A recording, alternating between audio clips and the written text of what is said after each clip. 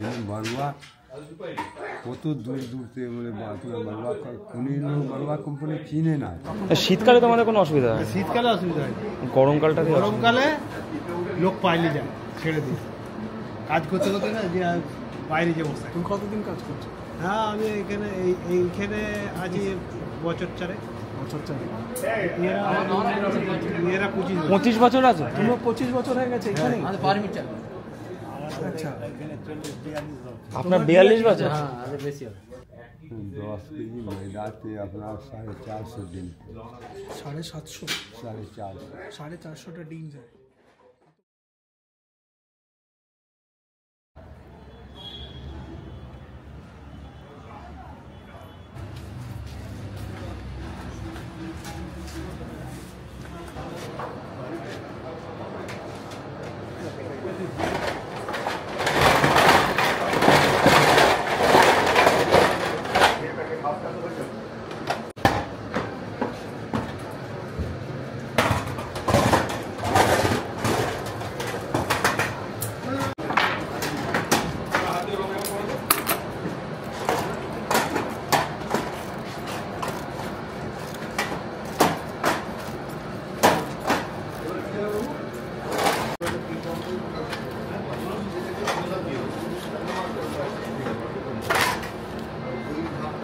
আমাদের স্পেশাল কেকটা যে তৈরি হয়, প্রথমে স্পেশাল কেকের জন্য আমরা প্রথমে মেশিনের মধ্যে চিনি ঢালি, তারপরে হচ্ছে মাখন ঢালা হয়, তারপরে মার্জারিন ঢালা হয়, আর তারপরে আমরা ক্ষীরকে ডাস্ট করি, পুরো ডাস্ট করে ওইটাকে ঢালি, তারপরে ঢালা হয় আমাদের, যেহেতু এটাতে কোনো রকম জল পড়ে না তাই জন্য লার্জ স্কেলের এখানে ডিম দেওয়া হয়। ডিম দেওয়ার পর তারপর আমরা ময়দা আরও এসেনশিয়াল যা আছে সেগুলো দিয়ে তারপর মেশিনের মধ্যে পুরোপুরি মিক্সিং করা হয়। মিক্সিং করে তারপর ওইটা আমাদের করে মেশিন থেকে ওটাকে তুলে এটা খামির, যেটা আমরা বলি আমাদের ভাষায় খামির যেটা বলি, খামিরের মধ্যে ঢালা হয়। খামির করে এবার সব যারা লেবাররা আছে তারা বসে এটাকে ওয়েট অনুযায়ী, যা ওয়েট আছে আমাদের 400 গ্রাম, আমরা পাউন্ড হিসাবে 400 গ্রামটাকে ধরি, ওই 400 গ্রাম পাউন্ড ওজন করে এবার আমরা পুরো ডাইসের মধ্যে ঢালি। ডাইসে ঢালার পর যখন আমাদের ওটা কমপ্লিট হয়ে যায়, ওয়েটটা কমপ্লিট হয়ে যায়, করার পর তারপর আমরা ভাটিতে ওটাকে এন্ট্রি করাই। ভাটিতে এন্ট্রি করানোর পর, যেহেতু আমাদের কাঠের চুলি, অটোমেটিক না, এটাতে আমাদের প্রসেসিং করতে সময় লাগে অনেকটা। এটা নিয়ার 1 ঘন্টার ওপরে লাগে, কারণ এটা ধিমি আঁচে হয়। স্পেশাল যেটা হয় এটা খুব অল্প আঁচেতে আস্তে আস্তে এটাকে বেকিং করার আমাদের প্রসেস।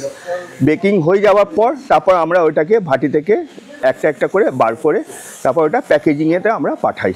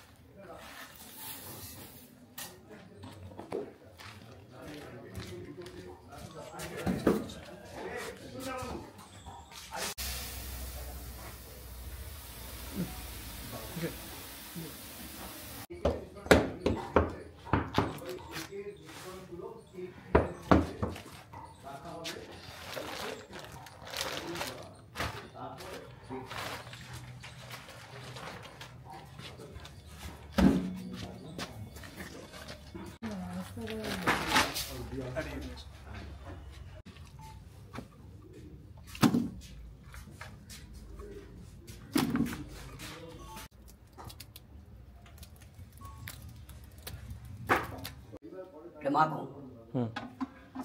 যদি বলেন যে গামলাতে বার করে দিতে, তাহলেও বার করে দিতে পারবো, অসুবিধা কিছু।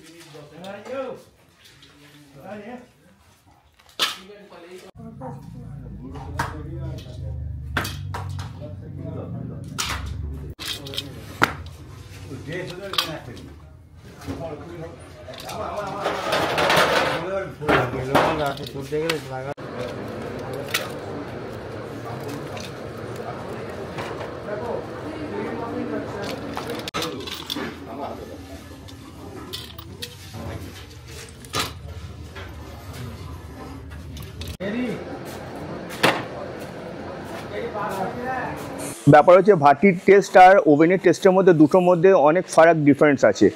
আমরা চেষ্টা করছি যতদিন পাচ্ছি ভাটিতে যাতে চালিয়ে যেতে পারছি, ভাটিতে চালিয়ে যাচ্ছি। ইন ফিউচারে যদি এই ভাটিটা সরকার থেকে বন্ধ করে দেওয়া তখন তো আমাদেরকে ওভেনেতে আসতেই হবে, তখন তো আর কোনো উপায় নেই।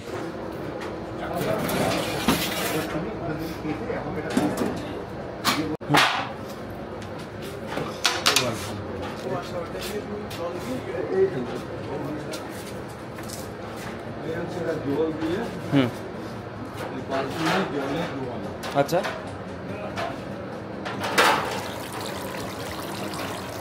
এবারে আচ্ছা ছাইগুলোকে টেনে ও এগুলো সব ছাই টানার জন্য তাই তো? হ্যাঁ ছাই ছাই আছে, হ্যাঁ হ্যাঁ ছাইটা টানলাম। কাজটা করছি আগে মধ্যিখানে কাঠ দিয়ে দিই, মধ্যিখানে কাঠ দেওয়ার পরে আগুন দিই, আগুন দেওয়ার পরে পুড়ে গেলে ওটাকে পুরোটাই চাড়িয়ে দিই। আচ্ছা পুরোটা চাড়ার পরে ও আস্তে আস্তে ছাই হয়ে যায়। ছাইটা আমরা বাড়া করে লোহার বাড়া আছে, ওটা দিয়ে টেনে আর তার আবার একটা হাতার মধ্যে পাট বাঁধা আছে, ওরকম করে ছাইটা ভালো করে টেনে নিয়ে তারপর মানবে।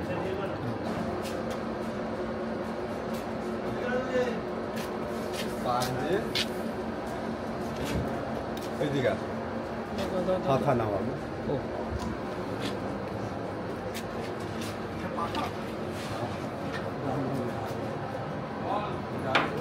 মাটি দিয়ে দিলাম,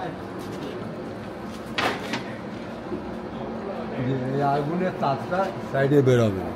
ও এইটা তোমার কাঠটা দিয়ে দিলে তাহলে আগুনটা এই ভেতরের দিকে আসবে না, আটা আগে দিয়ে বেরোবে না। এবার আমাকে তাঁত বাড়াতে গেলে এটা দিয়ে এই আগুনের ধারে দিয়ে দিলাম। এবার উপরে রংটা ফেলবার জন্য ওটা জ্বলতে আগুনটা জ্বলবে কাঠের মধ্যে, উপরে জ্বললে মানে কেকের ওপরে যে কালারটা। হ্যাঁ আচ্ছা ওটা ওটা ওটা জ্বললো, ওই তাঁত লেগে হাই লেগে উপরে কালারটা এসে। আমাদের এক একটা ভাটিতে ধরুন 250 পাউন্ডের মতো কেক একবারেতে ঢুকে যায়। আমাদের দুটো ভাটি আছে, একটা ছোট ভাটি আছে, একটা বড় ভাটি আছে। ধরুন বড় ভাটিতে 250-250 মতো কেক আমরা একবারেতে করতে পারি, বেকিং করতে পারি। ছোটোটাতে নিয়ার অ্যাবাউট 200-র কাছাকাছি। যতটা হিট বাঁধার দরকার হিট বেঁধে দিলে গঙ্গ করে ওই বার্নারটা জ্বলতে থাকে। হ্যাঁ এইটা কি এটা কাঠের সব আঞ্জাতের কাঠ। আচ্ছা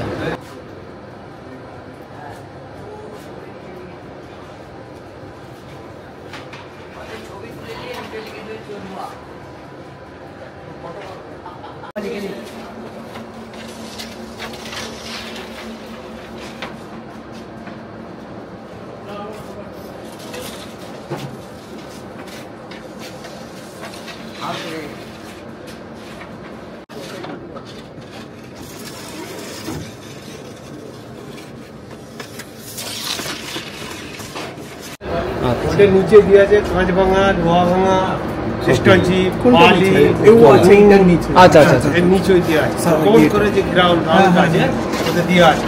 ওইটাতে ওই যে কাঠ তুলছে না স্টিমটা ওতে ধরে আছে। আচ্ছা আচ্ছা আচ্ছা বুঝতে পেরেছেন? নিচের হিটটা ওতে টানছে, যখনই ওপরে কালারিং হচ্ছে না তখন এই বাড়ে কাঠ জ্বালালে বুঝতে পেরেছি। এই যে মালটা গাঁথা হয়েছে এটা হচ্ছে নিচু হিটে মালটা উঠবে, তারপরে দেখা যাবে যে কালার হলো কি হলো না, তারপরে মুখটা ঢেকে দেওয়া হবে। যদি কালার হয়ে যায় তাহলে মুখটা ঢাকা দিতে হবে। 45 মিনিট লাগবে। 45 মিনিট মানে একদম পুরো ঢোকানো থেকে? হ্যাঁ, ঢোকানো থেকে বাইরে অব্দি তোমার 45 মিনিট লাগবে। এটা আস্তে আস্তে ধিনে আছে হয়, তাই তো? ধিমে আছে।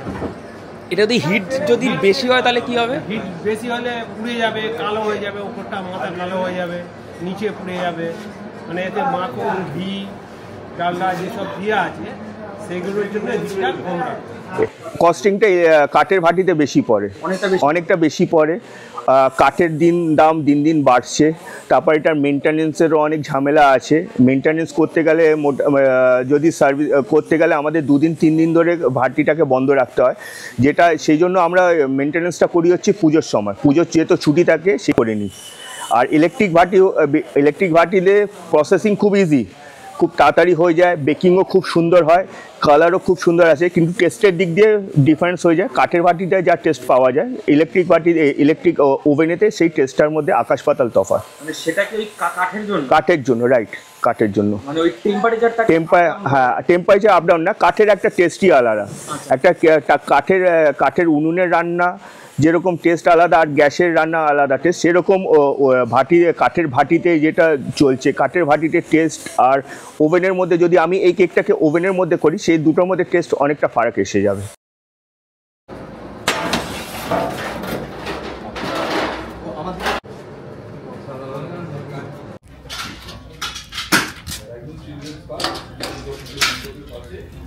এটা তো তুমি কতক্ষণ পরে তুমি এটা খুলছো?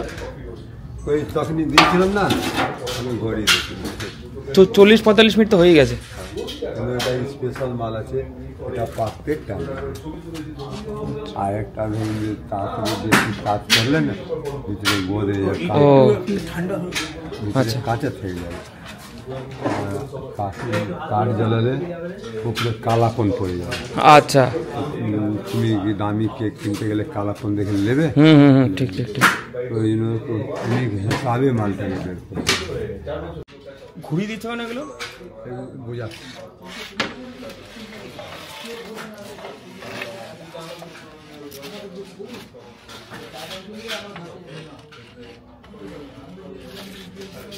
এইটা গেছে, এই সামনেটা এরকম কলার আছে তো, এটা সাদা কোন মাঝে দেবে। ও আচ্ছা, মানে হিটের জন্য।